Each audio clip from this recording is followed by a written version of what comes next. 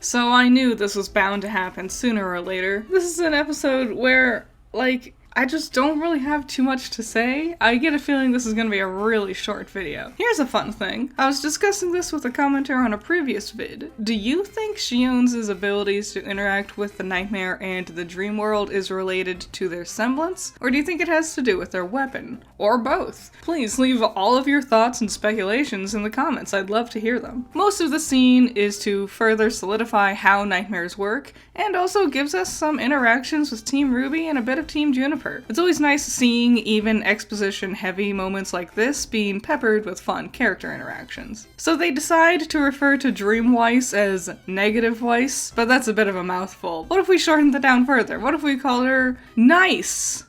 Do you get it? Do you see the irony in do you get all of Shion's things look cool? I want all of them. Even the ones that can't actually exist in reality, I still want it.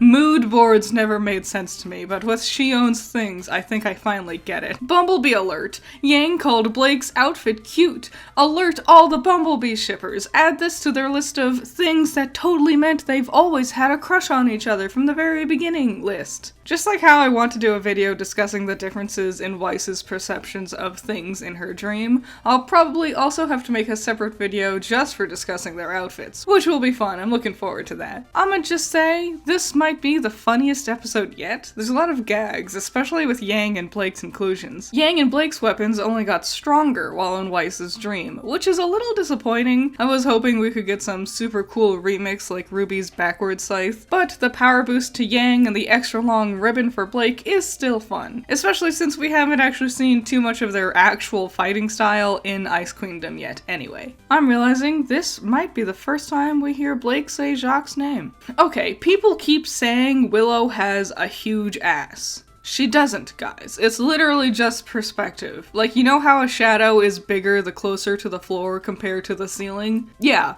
It's just that. Also, she's wearing a huge bell-shaped dress, alright? Ooh, wow, Weiss perceives her mom with a huge ass. What does that say about her? No, she fucking doesn't. You just can't comprehend perspective, guys.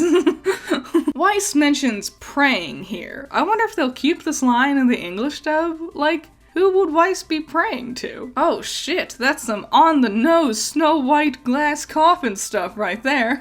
Okay, here's the highlight of the whole episode. Pyrrha singing. And she's actually singing an operatic version of Mirror Mirror too. That's crazy. It sounds real pretty too. I wonder who they'll get to sing it in the English version. Will they have Jen Brown singing? I don't think it should be Casey. Casey is the voice of Weiss's singing in the show. Amelie would be a fun choice, but now I'm just kind of coming up with just my hopeful wishes.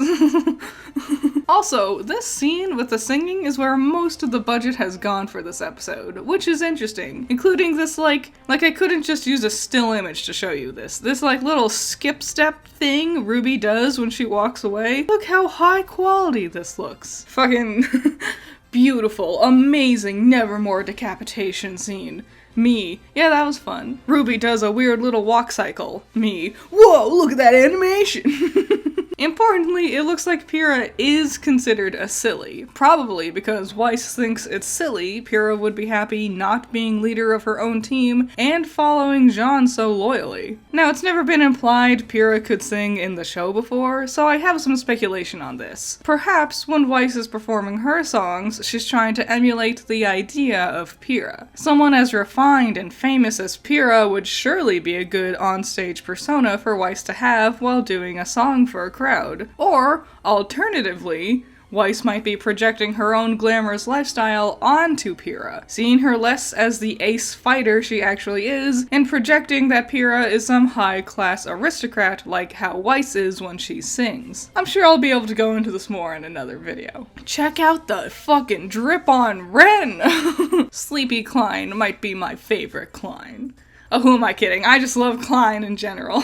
It's kind of sweet that Weiss has a special tower for her friends and all her favorite things to go into. This twisted up looking road sign thing might be more important than I initially thought, but I honestly have no idea what else it could be for. Shion is kind of a mood, and I love it. RWBY comes up with a lot of smart plans in this episode, like getting captured on purpose and leaving one of them behind with Sleepy Klein. It's cool seeing RWBY actually being the one to figure things out like that. Usually Jean is the strategist. Big room of creepy empty chairs seems like the perfect place for a boss fight next time on Dragon Ball Z! So like I said, there's just not much to really elaborate on with this episode. It wasn't bad, but it was all mostly just establishment and exposition. What really saves it is the interactions between all the different characters. It's really fun seeing RWBY, Blake, and Yang conversing and being themselves with each other, even when going on this adventure. Next episode is officially the halfway point of Ice Queendom, and it looks like we're gearing up for a big ol' fight between Weiss and the others, and I'm so excited. Hopefully I'll have more to say for that one too.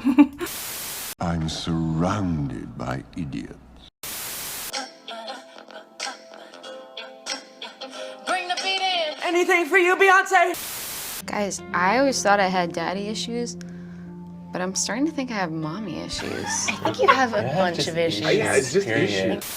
Shout out to my $10 patrons, you're all amazing. Nako, James Dodds, Cool Duck, Andrew, Ramiel, Valhalla Knight, Chamomile, Classy Critic, Noah Perkins, Sunny Shy, Azoth, Great Bar, Pentamenta, Jake, Amber, Hype Man, Luno, Zero to Hero, Keithan, Isaiah, Joseph, Scaring Crows, Danny Boy, Mary, Messiah Complex, Jacob, and Renji. So yeah, I hope you liked this video. Sorry it's a short one. Nothing I can really say about that. If you have any thoughts and opinions you have about anything that happens in this video, or with Ice Queendom in general, again, if you have theories on how Shion's weapon and the dream stuff work, leave it in the comments, I'd love to see them. And I'll see you all in the next one. Bye-bye.